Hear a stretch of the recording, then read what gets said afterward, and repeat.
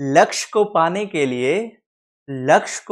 के लिए यदि हम अपना तन मन धन सब कुछ लगा देते हैं, लक्ष्य को पाने के लिए यदि हम अपना तन मन धन सब कुछ लगा देते हैं, सच कह रहा हूं दोस्तों, कुंडली के सितारे भी अपनी जगह बदल देते हैं। हेलो बच्चों, कैसे आप सब? होप आप सब बहुत ही बढ़िया होंगे और आप लोगों की पढ़ाई भी बहुत ही जबरदस्त तरीके से चल रही होगी। तो चलिए आज हम बिना देरी के स्टार्ट करेंगे अपने क्लास 12th का नेक्स्ट लेक्चर, जिसमें हम पढ़ने वाले हैं आज फर्टिलाइजेशन के बारे में। ठीक है, जो हमने क्लास 12th का सीरीज स्टार्ट किया हुआ है उसमें हमारा एक चैप्टर फिनिश हो चुका था, रिप्रोडक्शन इन ऑर्गेनिज्म। अभी हम पढ़ रहे हैं क्लास 12th का हमारा ह्यूमन रिप्रोडक्शन, जिसमें हमने पहला लेक्चर कंप्लीट कर लिया है, जिसमें हम पढ़े हुए थे मेल रिप्रोडक्टिव सिस्टम के बारे में। हमने अपना दूसरा लेक्चर भी कंप्लीट कर लिया, जिसमें हमने पढ़ा था फीमेल रिप्रोडक्टिव सिस्टम के बारे में। तीसरा लेक्चर भी हमने कंप्लीट कर लिया, जिसमें हमने पढ़ा था गैमेटोजेनेसिस के बारे में। और हमने अपना चौथा लेक्चर भी कंप्लीट कर लिया, जिसमें हम पढ़े हुए थे मेंस्ट्रुअल साइकिल के बारे में। ठीक है, होप आप सब वो वाला लेक्चर, इससे पहले वाला लेक्चर अटेंड कर लिए होंगे। ठीक है, तो चलिए आज हम बिना देरी के स्टार्ट करेंगे अपना आज का टॉपिक, जो कि है फर्टिलाइजेशन। ठीक है, चलिए फर्टिलाइजेशन लिख लेता हूं, फर्टिलाइजेशन। ठीक है, यदि आप लोगों को पता होगा, यदि आपने रिप्रोडक्शन इन ऑर्गेनिज्म का लेक्चर अटेंड किया होगा, तो उसमें मैंने बताया हुआ था फर्टिलाइजेशन के बारे में। मैंने बताया हुआ था कि fusion of male and female gamete, fusion of male and female gamete is known as fertilisation. मैंने बताया हुआ था fusion of male and female gamete को ही बोलते हैं फर्टिलाइजेशन। ठीक है, साथ ही साथ मैंने इसके टाइप्स भी बताए हुए थे कि ये दो टाइप के होते हैं। एक होता है इंटरनल फर्टिलाइजेशन, पहला है इंटरनल फर्टिलाइजेशन, और दूसरा है एक्सटर्नल फर्टिलाइजेशन। पहला है इंटरनल फर्टिलाइजेशन और दूसरा है एक्सटर्नल फर्टिलाइजेशन। ठीक है, अब हम दोनों के बारे में भी थोड़ा थोड़ा सा शॉर्ट में जान लेते हैं। ठीक है, क्योंकि इंपॉर्टेंट है। देखिए, इंटरनल फर्टिलाइजेशन, इंटरनल में पहले ही आ गया इन। जब आपसे कोई पूछता है ना, मे आई कमिंग भैया, मे आई कम इन सर, वट एवर, जो भी आपसे कोई भी पूछे, या फिर आप जो पूछते हो मे आई कम इन सर, तो जो टीचर आपको बोलते हैं यस कम इन मतलब ठीक है अंदर आओ, तो इन मीन्स अंदर। तो ऑब्वियस सी बात है कि यहाँ पे जब इन का मतलब ही हो गया अंदर, तो इंटरनल फर्टिलाइजेशन किसको बोलेंगे? फर्टिलाइजेशन उसको बोलेंगे कि फर्टिलाइजेशन का वैसा प्रोसेस जिसमें मेल एंड फीमेल गैमीट का जो फ्यूजन होगा वो फीमेल के बॉडी के अंदर में होगा। लिख लीजिए, the process of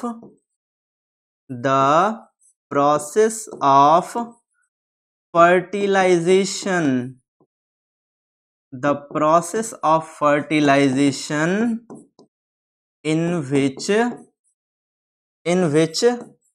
fusion of male and female gamete takes place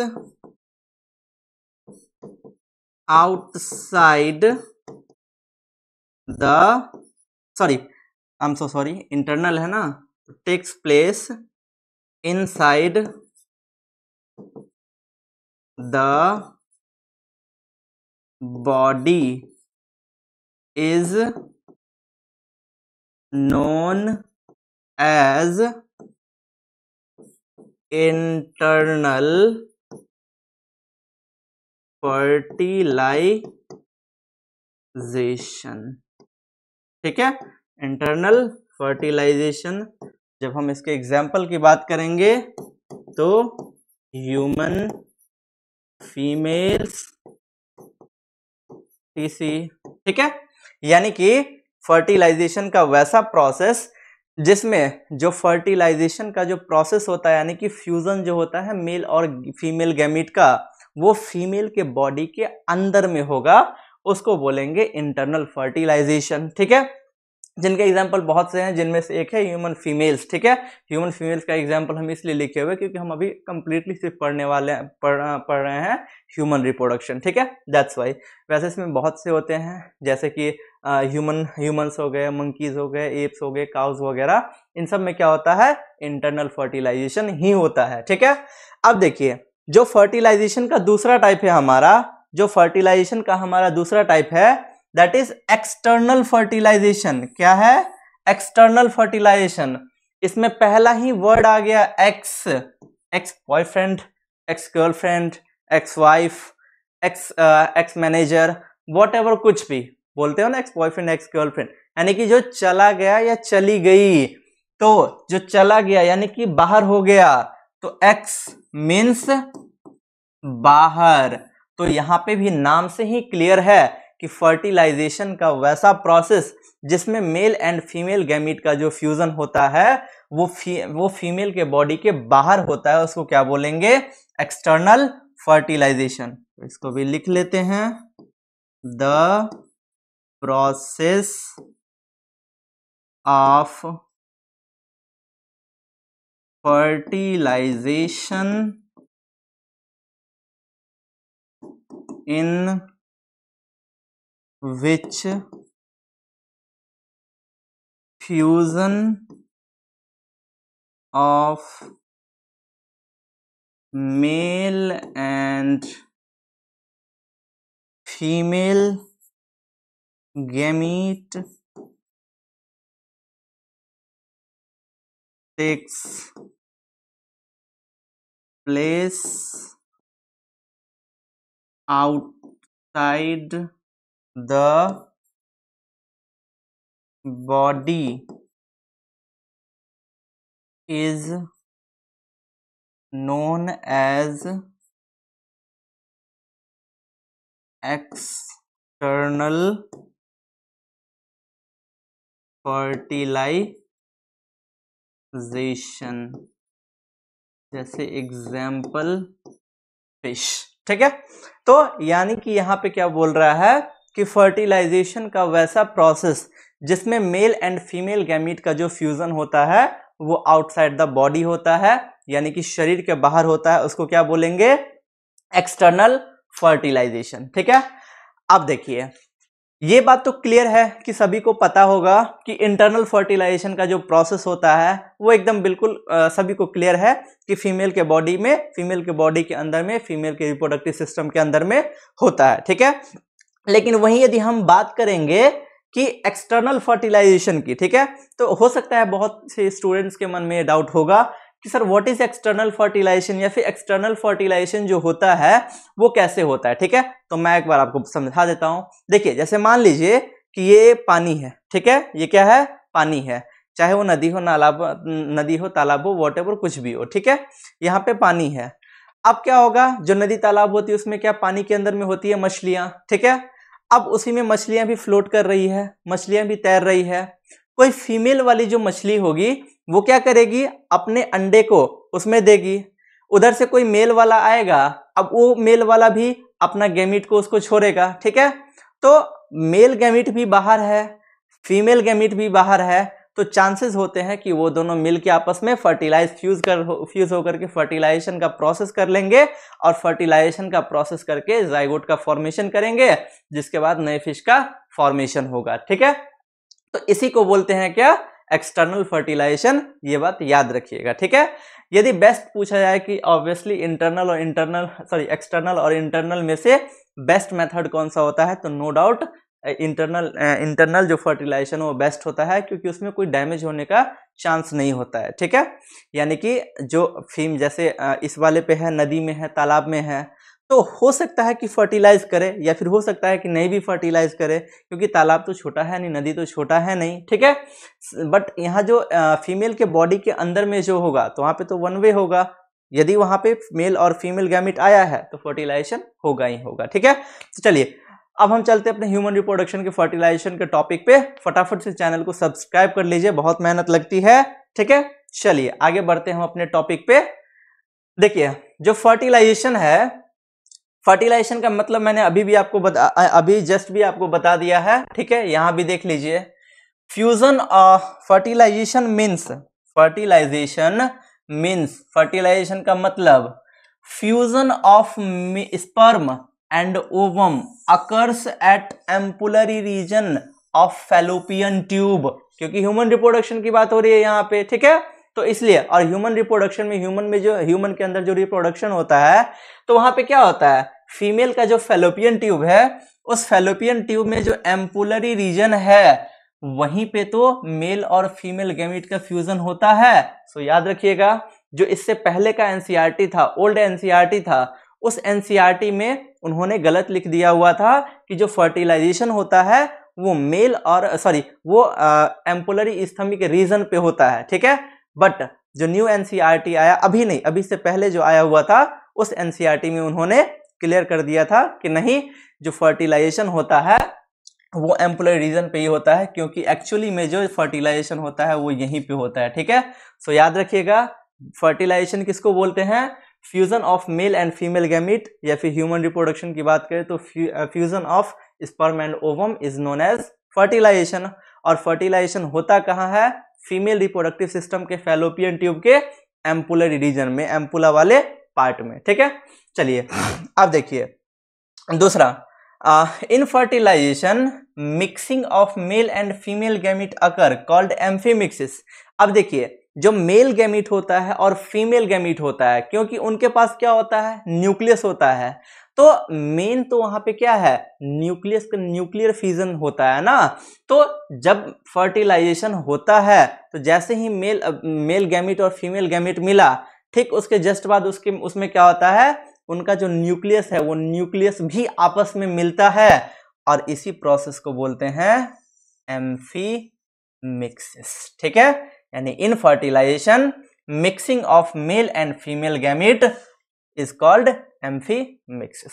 ठीक है, चलिए आगे देखिए fertilization can occur only when sperm and ovum simultaneously transport to ampulla. ठीक है, यानी कि फर्टिलाइजेशन तभी होगा जब स्पर्म और ओवम दोनों एक साथ एम्पुला वाले रीजन पे आएंगे। अब मान लीजिए, याद कीजिए, जब मैंने आपको मेंस्ट्रुअल साइकिल में पढ़ाया था कि 14th डे पे जो होता है फीमेल के बॉडी में LH सर्ज होता है, जिससे कि ओवम रिलीज होता है। अब मान लीजिए कि ओवम रिलीज हो गया बट वहां पे स्पर्म है ही नहीं, तो कहां से फर्टिलाइजेशन होगा। अब मान लीजिए कि स्पर्म है लेकिन ओवम ही नहीं है, तो कहां से फर्टिलाइजेशन होगा। इसलिए बोल रहा है कि जब एम्पुला वाले रीजन पे स्पर्म और ओवम दोनों साइमल्टेनियसली यानी कि एक साथ आएंगे तभी फर्टिलाइजेशन होगा। इस चीज को याद रखिएगा। ठीक है, चलिए उसके बाद ड्यूरिंग कॉपुलेशन मीन्स सेक्स, यानी कि सेक्सुअल इंटरकोर्स, शारीरिक संबंध, फिजिकल रिलेशन। तो during copulation semen is released by the penis into the vagina of female called insemination. Insemination बहुत बार ऑब्जेक्टिव सब्जेक्टिव दोनों में ही पूछा गया है, याद रखिएगा। इंसेमिनेशन होता क्या है, मेल का जो पेनिस होता है जब वो अपने स्पर्म को फीमेल के वजाइना में रिलीज करता है, उसी प्रोसेस को बोलते हैं इंसेमिनेशन। देख रहा है, ड्यूरिंग कॉपुलेशन जब फिजिकल इंटरकोर्स हो रहा होता है, फिजिकल रिलेशन हो रहा होता है, उस टाइम में जो सीमेन है वो रिलीज होता है पेनिस के द्वारा फीमेल के वेजाइना में। इसी प्रोसेस को बोलते हैं इंसेमिनेशन। इंपॉर्टेंट है, इसको याद रखिएगा, ठीक है। उसके बाद a human sperm can leave for many weeks in male genital tract. अब देखिए जैसे ही मेल के बॉडी में जब गैमीट का फॉर्मेशन होगा, ठीक है, यानी कि मेल का गैमीट क्या होता है, स्पर्म। तो जो स्पर्म का फॉर्मेशन होता है तो बहुत सप्ताह तक, ठीक है, बहुत सप्ताह तक वो मेल के जेनाइटल ट्रैक्ट में रह सकता है। यानी कि लाइफ स्पैन की यदि हम बात करेंगे कि उसका लाइफ स्पैन, जो स्पर्म का life span mail genital tract में होगा तो वो मैनी वीक्स, बहुत सप्ताह तक रह सकता है। लेकिन जैसे ही वो बॉडी से बाहर निकलता है तो वो ओनली 48 आवर टू 72 आवर्स तक ही जिंदा रह सकता है, ठीक है। यानी कि मान लीजिए कि स्पर्म को रिलीज कर दिया गया फीमेल के रिप्रोडक्टिव सिस्टम में, ठीक है, तो फीमेल के रिप्रोडक्टिव सिस्टम में यदि रिलीज कर दिया गया तो वो जो स्पर्म होगा वो ओवम का वेट 48 टू 72 आवर्स तक करेगा, उसके बाद वो डेड हो जाएगा, उसके बाद फर्टिलाइजेशन नहीं हो पाएगा, ठीक है, क्योंकि जो ह्यूमन स्पर्म होता है उसका outside the body life span only 48 to 72 hours होता है। कहीं होगा इसमें? चलिए, वंस इजैकुलेटेड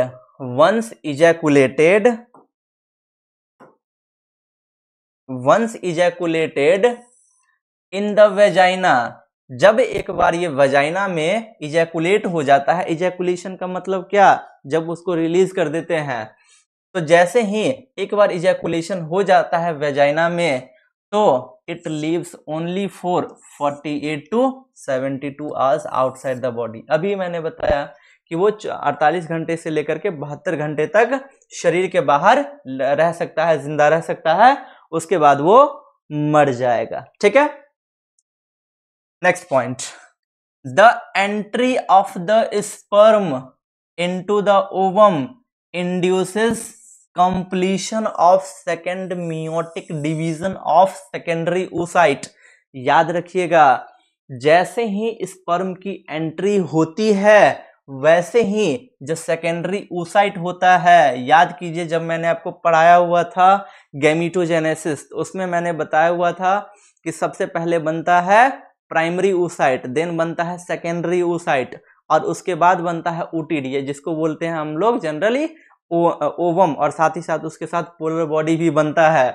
तो जैसे ही स्पर्म का एंट्री होता है ओवम के अंदर वैसे ही सेकेंडरी oocyte में सेकेंड मियोटिक डिवीजन कंप्लीट होता है, ठीक है।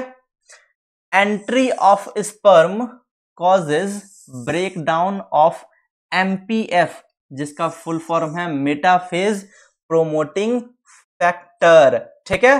तो जैसे ही स्पर्म की एंट्री होती है उसके कारण जो MPF होता है मेटाफेज प्रोमोटिंग फैक्टर, उसमें ब्रेकडाउन हो जाता है, वो टूट जाता है, एंड टर्न्ड ऑन APC यानी कि एनाफेज प्रोमोटिंग कॉम्प्लेक्स, और वो APC पे चला जाता है।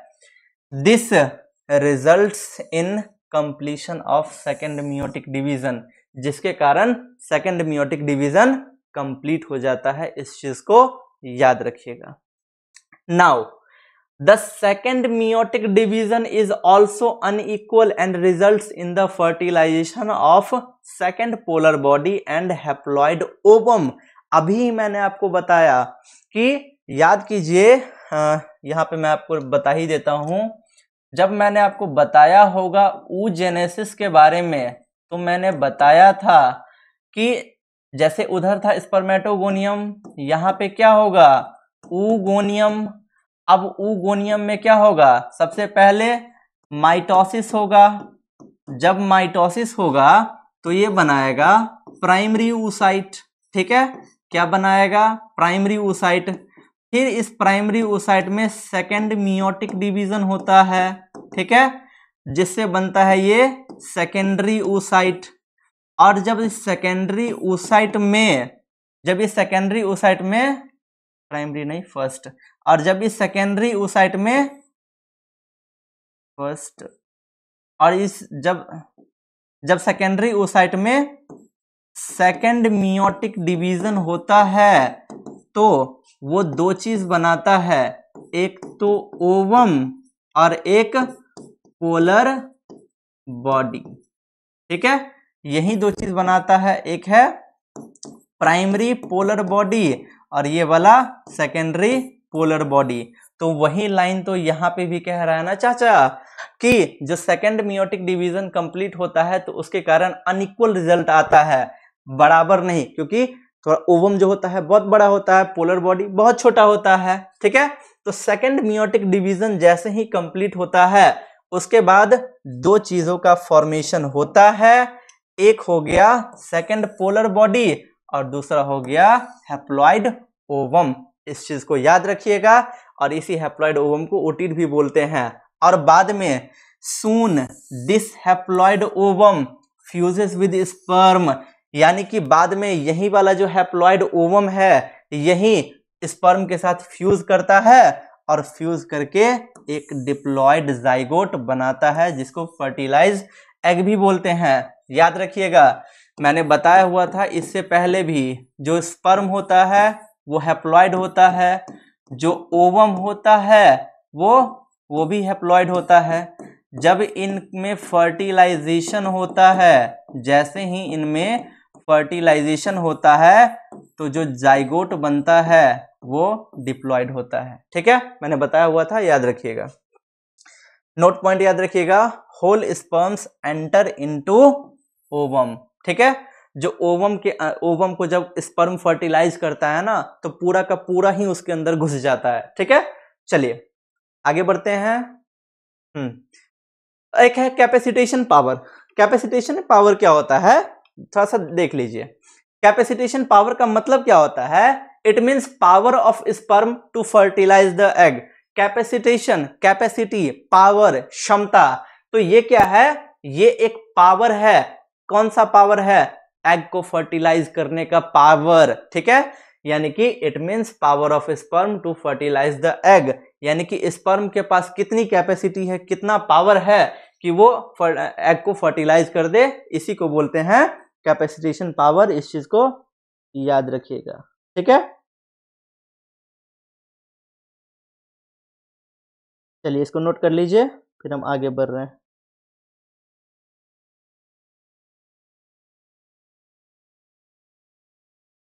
चलिए ठीक है, तो इसको बोलते हैं कैपेसिटेशन पावर। ठीक, अब देखिए नोट पॉइंट एक याद रखिएगा, during fertilisation a sperm comes in contact with zona pellucida. ठीक है, during fertilisation a sperm comes in contact with zona pellucida layer of the ovum and induces changes in the membrane that blocks the entry of additional sperm। ठीक है, यानी कि जैसे ही वो जो sperm होता है, एक स्पर्म, वो जैसे फर्टिलाइजेशन के दौरान जैसे ही स्पर्म ओवम के जोना पेलुसिडा वाले लेयर के अंदर घुसता है, ठीक है, जैसे मान लीजिए ये है ओवम। ठीक है, अब इस ओवम के अंदर जैसे ही ये स्पर्म एंट्री करेगा तब तक तुरंत में क्या करेगा, उसका जो जोना पेलुसिडा वाला लेयर है वो दूसरे आने वाले स्पर्म्स के एंट्री को ब्लॉक कर देगा। याद रखिएगा, इसीलिए तो बोलते हैं कि मिलियंस में सिर्फ एक ही स्पर्म ऐसा होता है जो कि ओवम को फर्टिलाइज करता है, जिसको बोलते हैं चांसेस ऑफ फर्टिलाइजेशन। ठीक है, तो during fertilisation a sperm comes in contact with zona pellucida, यानी कि फर्टिलाइजेशन के दौरान जब स्पर्म फीमेल के ओवम के जोना पेलुसिडा वाले लेयर को फर्टिलाइज करता है, उसके अंदर जाता है, तो उसका जो जोना पेलुसिडा वाला लेयर है वो दूसरे आने वाले स्पर्म्स के एंट्री को ब्लॉक कर देता है। इसको याद रखिएगा। ठीक है, ये सब नोट पॉइंट में है। एक और नोट पॉइंट में है, बहुत ही VBI, this is not only for 11-12, this is also for humanity. याद रखिएगा, जब बच्चा होता है ना तो यदि बेटी होती है तो ब्लेम किया जाता है ना अपनी वाइफ को या फिर उस फीमेल्स को कि तुमने बेटी को जन्म दिया, ऐसा क्यों, ये वो दिस दैट। ठीक है, तो वहीं sex of baby is determined by the father not by mother. यानी कि बेबी का जो सेक्स होता है कि वो मेल होगा या फिर वो फीमेल होगा, वो फादर पे डिपेंड करता है, ना कि मदर पे। यदि आपको पता हो तो वैसे थोड़ा बहुत मैं हिंट बता देता हूं। जो मेल होता है उस मेल के पास होता है XY क्रोमोसोम, ठीक है, और जो फीमेल होती है उस फीमेल के पास होता है XX क्रोमोसोम, ठीक है, XX क्रोमोसोम। अब इसका मेल का स्पर्म यदि X वाला इसके इस फीमेल के X के साथ फ्यूज करेगा तो होगा XX, यानी कि बेटी, डॉटर, ठीक है। वहीं यदि ये वाला X इसके X के साथ फ्यूज करेगा तो फिर से क्या होगा चांसेस, ये बेटी यानी कि डॉटर। ये वाला Y यदि इस वाले Y के साथ फ्यूज करेगा तो होगा XY यानी कि बेटा, ठीक है। वहीं यदि ये वाला Y इस वाले X के साथ फ्यूज करे तो होगा XY यानी कि बेटा। यानी कि 50-50 का रेशियो है। तो यहाँ पे आपको कंप्लीटली दिख रहा होगा कि फीमेल के पास जो क्रोमोसोम है वो XX है और मेल के पास ही XY है। तो मेल का ही गैमेट डिटरमाइन करता है कि जो बेबी वो लड़का होगा या लड़की, क्योंकि यदि मेल का X वाला क्रोमोसोम फीमेल के X वाले के साथ फ्यूज करेगा तो होगी बेटी यानी कि XX। और वहीं यदि मेल का Y क्रोमोसोम फीमेल के क्रोमोसोम यानी कि X क्रोमोसोम के साथ फ्यूज करेगा तो होगा बेटा यानी कि लड़का। यानी कि हम ये किसी फीमेल्स पे ब्लेम नहीं कर सकते कि तुमने क्यों ऐसे फीमेल बेबी को जन्म दिया, ठीक है। ये किसी फीमेल पे डिपेंड नहीं करता है कि वो बॉय बेबी पैदा करे या फिर गर्ल बेबी, ठीक है। It is totally responsible on father, ठीक है। यानी कि टोटली फादर की रिस्पॉन्सिबिलिटी होती है। फादर भी डिटरमाइन नहीं कर सकता कि हमको बेटा होगा या बेटी। फादर का जो क्रोमोसोम है वो डिटरमाइन करता है जो बेबी है वो लड़का होगा या लड़की, ठीक है। चलिए आगे बढ़ते हैं। अब देखिए स्पर्म एंड ओवम के मिलने से जाइगोट बन गया, ठीक है। अब देखिए the mitotic division starts as the zygote move through the isthmus of the oviduct called cleavage towards the uterus, ठीक है। अब देखिए अब जो वो जाइगोट था उस जाइगोट में क्या हुआ, क्योंकि अब जाइगोट क्या हुआ, जो जाइगोट था वो जाइगोट तो बन गया। अब उस जाइगोट में क्या होगा, माइटोटिक डिवीजन होगा, ठीक है। अब जैसे ही उस जाइगोट में माइटोटिक डिवीजन होता है तो वैसे ही वो आगे बढ़ेगा, फैलोपियन ट्यूब से आगे बढ़ेगा, ठीक है। फैलोपियन ट्यूब से क्या होगा, आगे बढ़ेगा किसकी ओर, यूट्रस की ओर, ठीक है। फैलोपियन ट्यूब से आगे बढ़ेगा यूट्रस की ओर। तो उस डिवीजन को बोलते हैं क्लीवेज, ठीक है। जिस डिवीजन के थ्रू बेबी के पार्ट्स का निर्माण होता है, बेबी का जो जाइगोट होता है वो अलग अलग पार्ट में डिवाइड होता है, जो अलग अलग पार्ट्स का फॉर्मेशन करता है, उस डिवीजन को बोलते हैं क्लीवेज, ठीक है। और क्लीवेज डिवीजन के बाद एक सेल था, एक सेल से 1 से 2 बनेगा, क्योंकि डिवीजन में होता ही क्या है, नंबर ही तो बढ़ता है। 1 से 2 बनेगा, 2 से 4, 4 से 8, 8 से 16, ठीक है।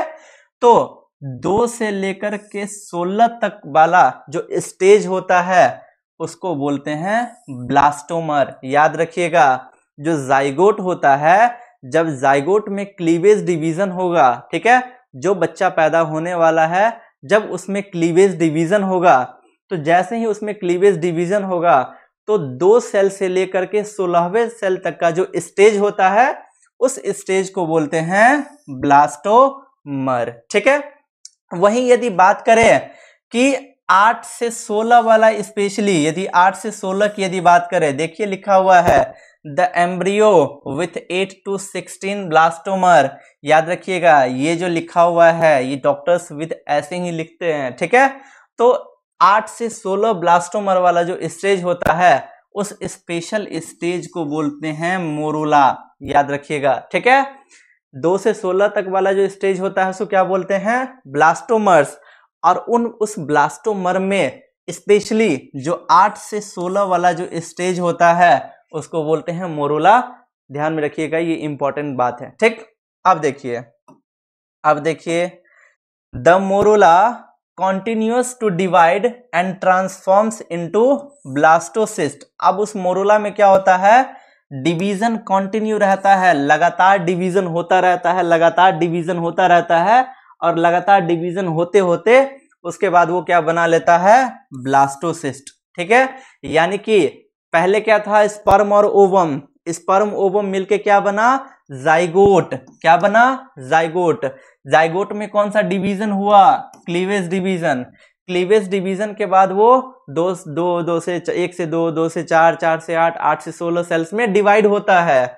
और जो 2 से लेकर के 16वें सेल तक का स्टेज है उसको बोलते हैं ब्लास्टोमर, ठीक है। और उस ब्लास्टोमर में स्पेशली जो 8 से लेकर के 16वें सेल वाला जो स्टेज होता है उस स्टेज को बोलते हैं मोरूला। इस चीज को याद में रखिएगा, ठीक है। अब वो जो मोरूला है वो कॉन्टिन्यूस डिवाइड होता रहता है, क्योंकि हमारे बॉडी के में बहुत सारे पार्ट्स हैं, सभी का पार्ट्स अलग अलग पार्ट बनाएगा ना, तो उसमें कॉन्टिन्यू डिवाइड होता ही रहता है उस मोरूला में, ठीक है। और कॉन्टिन्यू डिवाइड होकर के वो ट्रांसफॉर्म हो जाता है किसमें? ब्लास्टोसिस्ट में। और ब्लास्टोसिस्ट में ट्रांसफॉर्म होने के बाद वो फर्दर यानी कि आगे की ओर मूव करता रहता है। किधर की ओर? यूट्रस की ओर। क्योंकि अल्टीमेटली जो बच्चे का जो डेवलपमेंट होता है वो कहाँ पे होता है? यूट्राइन वॉल में, यूट्रस के अंदर जो लेयर है उस लेयर में। तो वो आगे बढ़ रहा है आप किसकी ओर? यूट्रस की ओर। The blastomere in the blastocyst arranged into an outer layer called trophoblast, ठीक है। जो ब्लास्टोमर में स्पेशली जो ब्लास्टोसिस्ट वाला जो स्टेज होता है ना, उस ब्लास्टोसिस्ट वाले स्टेज में जो आउटर लेयर होता है उसको बोलते हैं ट्रोफोब्लास्ट, ठीक है। और अंदर में जो सेल होता है जो उस ट्रोफोब्लास्ट से अटैच होता है उसको बोलते हैं इनर सेल मास, ठीक है। थोड़ा समझा दे, चलिए इसको थोड़ा समझा देते हैं। जैसे मान लीजिए कि मैं एक यहाँ पे शेप ले लेता हूं, ठीक है। मान लीजिए कि मैंने यहाँ पे एक शेप ले लिया, ठीक, ये शेप ले लिया, ठीक है। अब इस शेप में मैं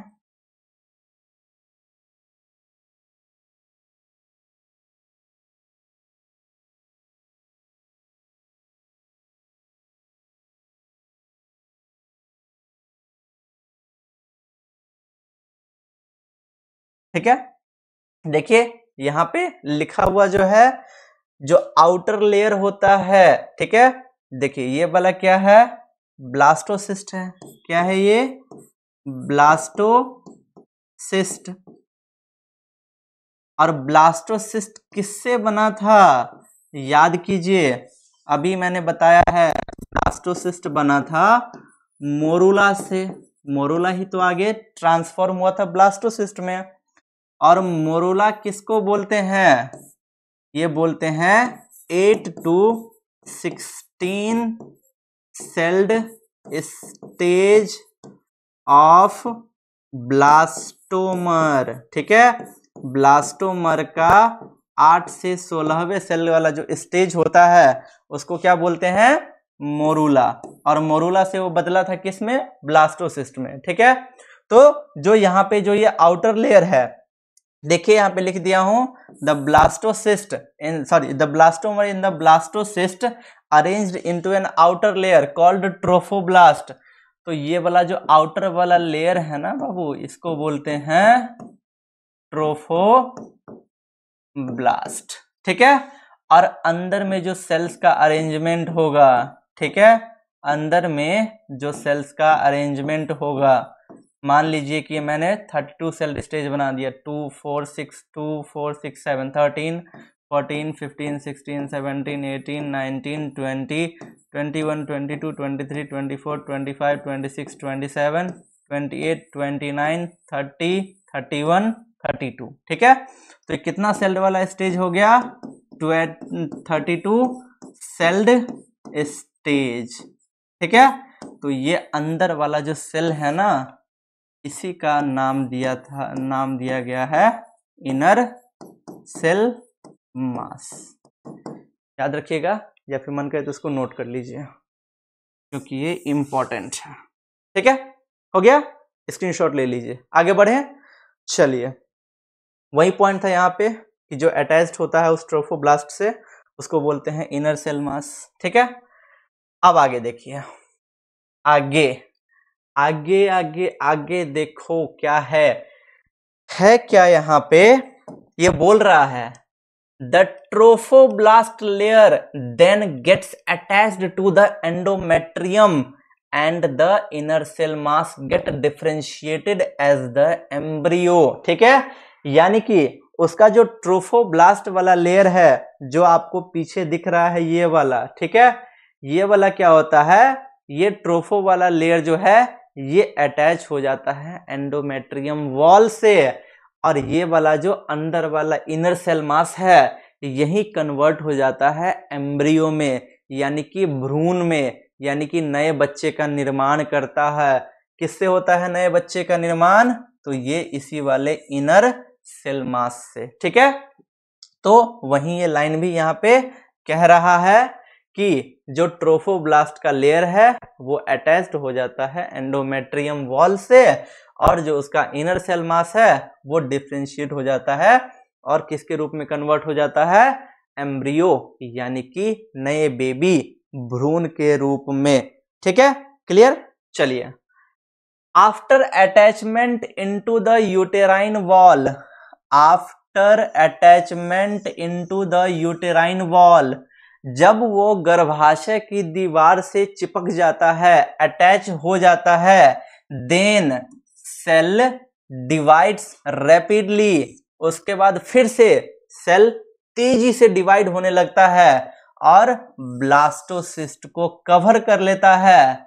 एज अ रिजल्ट, इसके परिणाम स्वरूप जो ब्लास्टोसिस्ट है, ब्लास्टोसिस्ट जो है वो यूट्रस में एम्बेडेड हो जाता है, यानी कि घुस जाता है, और इसी प्रोसेस को बोलते हैं इम्प्लांटेशन, यानी कि गर्भाशय की दीवार के अंदर ब्लास्टोसिस्ट का घुस जाना, जहां पर बच्चे का निर्माण होता है, उसी को क्या बोलते हैं? उसी प्रोसेस को क्या बोलते हैं? याद रखिएगा, इम्प्लांटेशन। जिसके बाद प्रेगनेंसी की शुरुआत होती है, और वो जो फीमेल है वो प्रेग्नेंट होती है, और प्रेग्नेंट होने के बाद फिर वो नए बच्चे को जन्म देती है। ठीक है, तो यही था फर्टिलाइजेशन एंड इम्प्लांटेशन। ठीक है, यही था फर्टिलाइजेशन एंड इम्प्लांटेशन। थोड़ा फिगर के माध्यम से भी समझ लीजिए। ठीक है, एक बात और, थोड़ा सा क्या, बहुत ज्यादा इंपॉर्टेंट है, याद रखिए। ठीक है, अब एक दिमाग में, पता नहीं आप लोगों के दिमाग में क्वेश्चन आया होगा कि या नहीं। ठीक है, यदि आया होगा तो बेटर, अच्छी बात है कि जो इम्प्लांटेशन होता है वो फर्टिलाइजेशन के कितने दिन के बाद इम्प्लांटेशन होता है? तो याद रखिएगा, जो इम्प्लांटेशन होता है वो फर्टिलाइजेशन के 7 दिन के बाद होता है। तो लिख लीजिए यहाँ पे, इम्प्लांटेशन अकर्स आफ्टर द